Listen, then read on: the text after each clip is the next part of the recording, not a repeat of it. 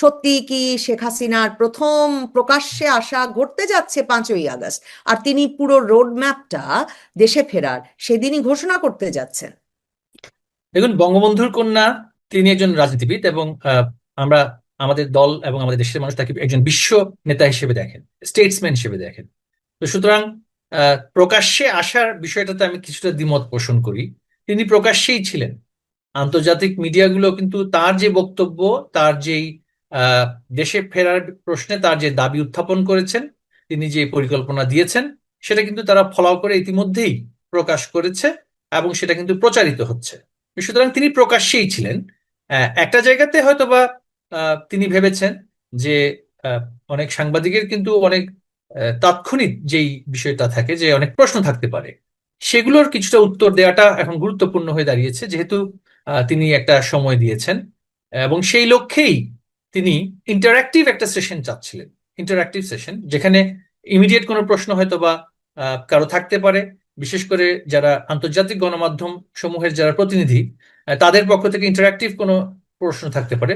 তো সেই লক্ষ্যেই কিন্তু তিনি এই যেই ফরেন করেসপন্ডেন্স ক্লাব, সেখান থেকে যেই আমন্ত্রণটা তাকে দেওয়া হয়েছে, সেটা তিনি গ্রহণ করেছেন।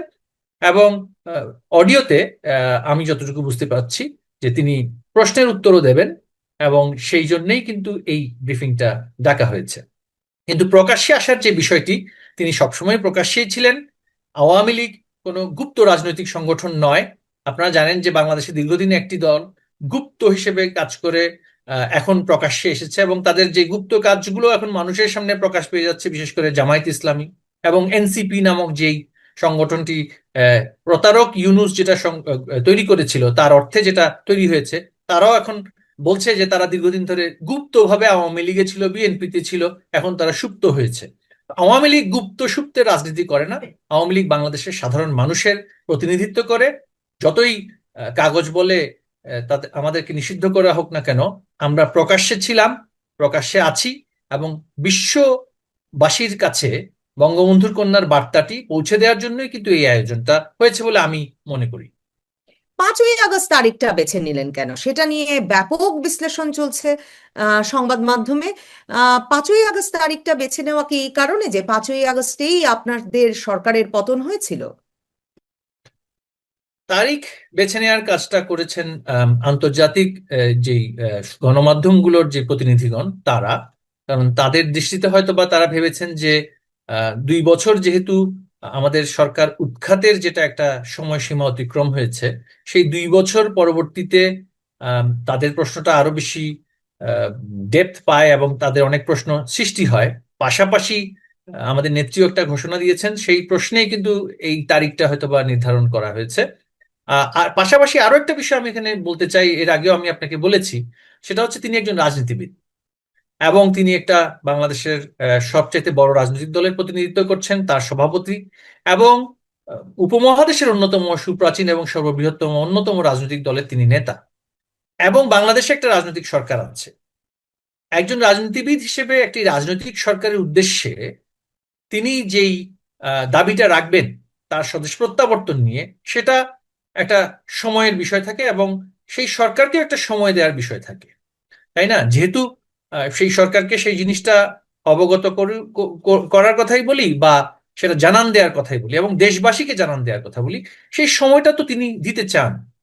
কারণ তার স্বদেশ প্রত্যাবর্তন কিন্তু আমরা যে শুধুমাত্র সেটাকে একটা মানে আমাদের আমাদের দাবির অংশ হিসেবে বলছি তা কিন্তু নয়। বাংলাদেশের সাধারণ মানুষ সেই স্বদেশ প্রত্যাবর্তনটা চাচ্ছেন, এবং সেই লক্ষ্যেই তিনি সাধারণ মানুষকে, সরকারকে এবং দলকে প্রস্তুতিমূলক যেই বিষয়টা, সেটাও কিন্তু নিতে হবে, তাই না? আমরা কোনো অঘটন ঘটানোর জন্য কিন্তু শেখ হাসিনার স্বদেশ প্রত্যাবর্তন হচ্ছে না। দেশকে পুনরায় স্থিতিশীলতার পথে নিয়ে আসার জন্য আমাদের সাংগঠনিক রাজনৈতিক দাবির অংশ হিসেবে তিনি সেই সময়সীমা নির্ধারণ করে নয়, সময়সীমা দিয়ে, যাতে অস্থিতিশীলতা সৃষ্টি না হয়, একটি রাজনৈতিক প্রক্রিয়ার মাধ্যমে দেশের প্রতিষ্ঠানগুলোর প্রতিও তার যে আহ্বান, সেটাও তো একটা জানান দিতে হবে। একটি রাজনৈতিক দল সরকারের নেতৃত্ব দিচ্ছে, রাজনীতিবিদরা সেখানে মন্ত্রী এমপি হচ্ছেন, কিন্তু সরকারের যেটা স্থায়ী প্রতিষ্ঠানগুলো, আমরা যদি বলি সরকারের আমলাতন্ত্র, সরকারের বিচার বিভাগ, আহ, বিচার বিভাগ সরকারের বলা হয় না, দেশের যে বিচার বিভাগ এবং নিরাপত্তা বাহিনী সমূহ যেগুলো আছে, পুলিশ বাহিনী আছে, সেনাবাহিনী আছে, সামরিক বাহিনী অন্যান্যগুলো আছে, তারা তো স্থায়ী অংশ সরকারের, তাই না? তাদের বিরুদ্ধে তো আমাদের রাজনৈতিক দল হিসেবে তাদের কোনো আমাদের কোনো আহ, দাবি নেই, কিন্তু আমাদের চাওয়া আছে। চাওয়াটা হচ্ছে রাষ্ট্রের প্রতিষ্ঠান হিসেবে তাদের কাছে সাধারণ মানুষের প্রত্যাশা আছে।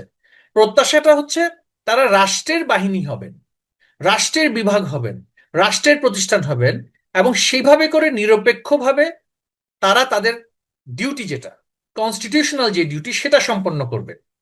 এখানে কোনো অবৈধ, অসাংবিধানিক, অন্যায্য, অন্যায় নির্দেশ যদি দেয়া হয়, সেটা তারা অগ্রাহ্য করবেন। সেটাও কিন্তু আমাদের একটা দাবি। এবং তাদের পক্ষ থেকেও কিন্তু এই ধরনের আলোচনাও আছে, নানানভাবে আলোচনাটা দেয়া হয় যে আমরা তো কোনো রাজনৈতিক দলের আজ্ঞাবহ কেউ নই।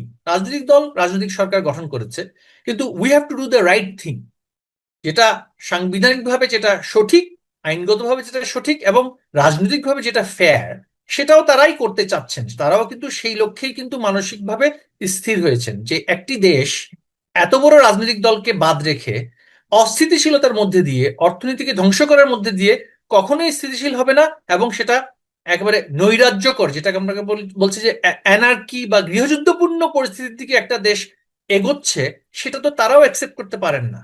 এই কারণেই ইউনূস 18 মাস পরে কিন্তু তাকে চলে যেতে হয়েছে। এবং এই সরকারের কাছে একটা বার্তা, তারা 18 মাসের বেশি যদি থাকতে চান, পূর্ণ মেয়াদে যদি রাজনীতি বা সরকারে থাকতে চান, তাদেরকেও কিন্তু একটা স্থিতিশীলতার পথেই হাঁটতে হবে। নৈরাজ্য, বিশৃঙ্খলা, অসাংবিধানিকতা, অন্যায্য রাজনৈতিক সিদ্ধান্তের মাধ্যমে কিন্তু কোনো সরকারই টিকে থাকতে পারে না। এটাও কিন্তু একটা বার্তা।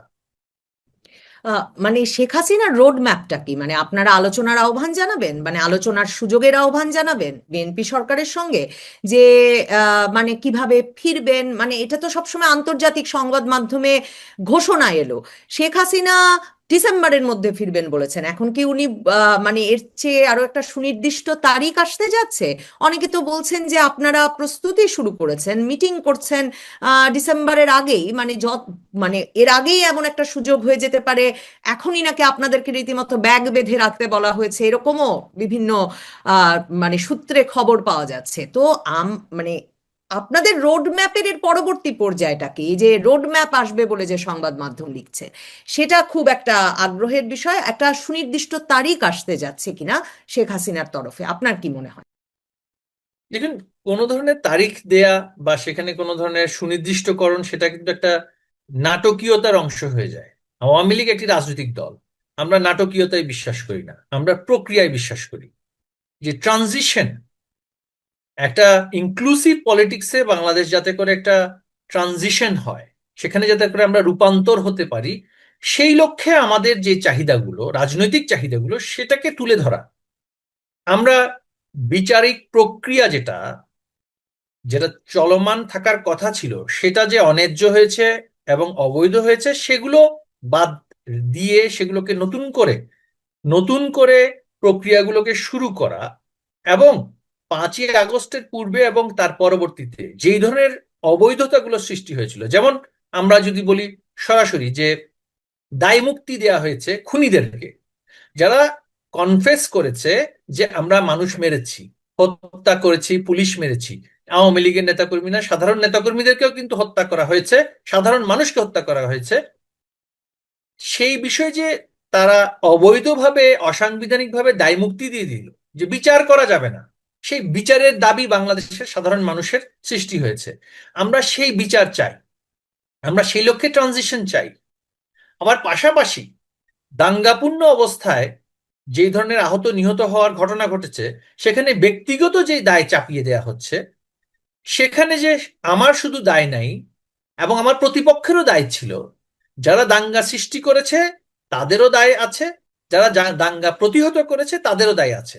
তো সেখানে তো একটা রাষ্ট্রীয়ভাবে একটা রিকনসিলিয়েশন করার প্রয়োজন আছে।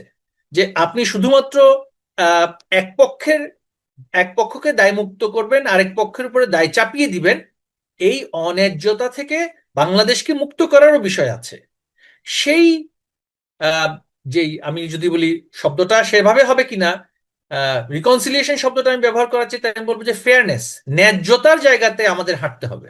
বারবার এই যে একটা কথা বলা হচ্ছে বাংলাদেশে যে ইনসাফ ইনসাফ, আমার প্রতি তো ইনসাফ হয়নি, সাধারণ মানুষের প্রতি ইনসাফ হয়নি, এবং 5ই আগস্ট পূর্বে এবং তার পরে যারা সেই সেই যেই আপরাইজিং আমি যদি বলি দাঙ্গাপূর্ণ অবস্থার মধ্যে যেই যারা প্রাণ হারিয়েছে, সেটা আবু সাইদ হতে পারে, সেটা আমার সোলেমান হতে পারে, সেটা মুগ্ধ হতে পারে, সেটা 600 হোক 700 হোক, যারাই মারা গিয়েছেন তাদের প্রতি তো সেটা ইনজাস্টিস করা হয়েছে।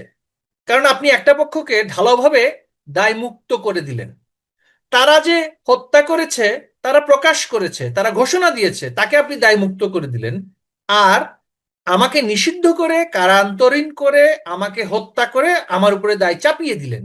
এই যে একটা বলবো যে চাপিয়ে দেওয়া ইল্লিগ্যালিটি, সেটার ব্যাপারে সাধারণ মানুষ কিন্তু আজকে ক্ষুব্ধ। যে তারা জানতে চায় তো হৃদয় তরুয়াকে কারা হত্যা করেছে, তারা জানতে চায় ওয়াসিমকে কারা হত্যা করেছে, সেটা আমি হত্যা করলে তদন্ত করে সেটা জাতির কাছে প্রকাশ করুন। আপনি একপক্ষীয়ভাবে যা করছেন সেটা তো তদন্তযোগ্য, তো সেটা তো অবৈধ শুধু নয়, সেটা জাতির সাথে প্রতারণা করা। আপনি শেখ হাসিনার একটা আহ, বক্তব্য বা আলোচনা বা কথোপকথনকে বেস করে কিছু উপন্যাসের তথ্যপত্র লাগিয়ে দিয়ে ফিকশনাল স্টোরি তৈরি করে ক্যাঙ্গারু কোর্টের মাধ্যমে বঙ্গবন্ধুর কন্যা, আমাদের 15 বছরের না 20 বছরের প্রধানমন্ত্রীকে আপনি ফাঁসির আদেশ দিয়ে দিলেন। এই যে জাতীয় প্রতারণা, আন্তর্জাতিক প্রতারণা খুনি ইউনূসের সরকার করেছে, এই প্রতারণা থেকে তো জাতিকে মুক্ত করতে হবে। এবং এর জন্য সেই সত্যিকারের ইনসাফ, সেই সত্যিকারের জাস্টিস আমরা যদি বলি, সেটা প্রতিষ্ঠা করার জন্য কিন্তু সকল কিছুকে উন্মোচিত করতে হবে জাতির সামনে। আমি যদি দায়ী হই, আমার শাস্তি হবে, কিন্তু আমার দায়টা কোথায় সেটা কিন্তু তদন্ত করে প্রকাশ করুন। কিন্তু আপনি আমাকে স্তব্ধ করে, আমাকে নিষিদ্ধ করে, আমার মুখ বেঁধে রেখে একপক্ষীয় বিচার করেছেন।